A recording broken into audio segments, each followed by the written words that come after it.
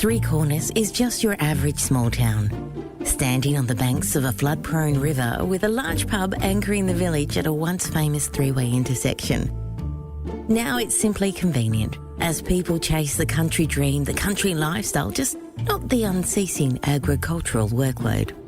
Three Corners proudly supports a post office, a bakery, a cafe, a bookshop, a grocery store, gelateria, a few antique shops, and the usual high-end art and stylish home stores peddling the trend without the substance.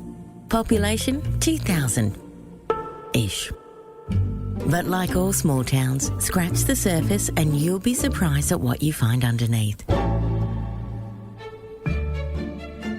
In that sense, Three Corners is really no different to any other small town I know.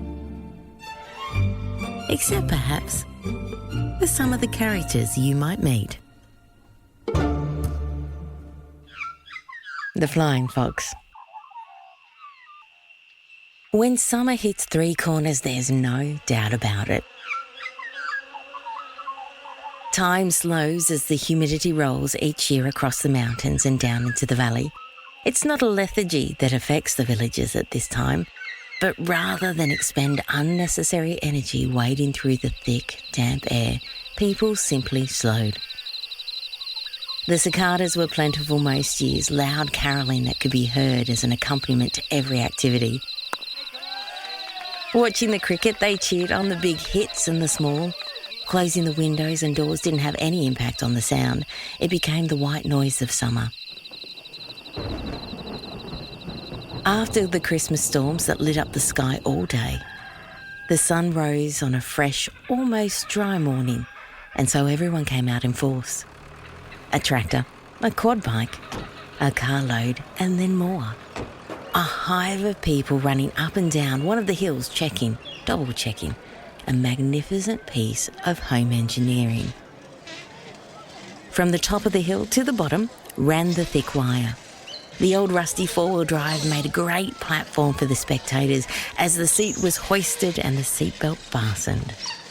King parrots lined the trees on the hill watching as well, the folly of humans, the fun and the squeals as one after the other, children and adults placed themselves into the chair and zoomed down the hill into the trees at the bottom of the creek.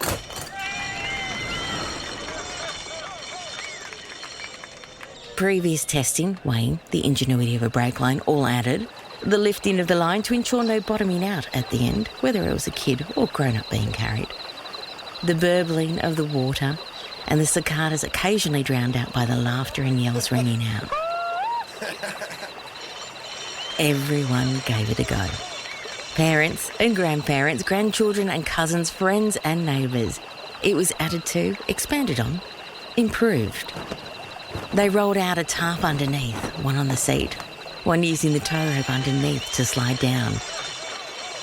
To the left, where the old rosewood tree stood proudly overlooking the pecans below, picnics grew. Flies were batted away with slow-moving waves and broad-brimmed hats ruled. New Year passed, golden anniversaries were celebrated, and still the flying fox flew up and down, up and down. Eventually, the summer holidays drew to a close. People returned home, kids went back to school. The hill stands still, green and empty, though faint laughter still echoes, and the flying fox waits now for Easter.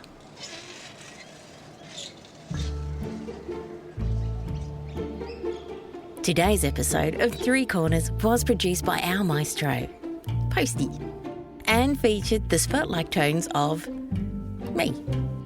For more stories, go to hittheroadjack.com.au or subscribe to the Three Corners podcast.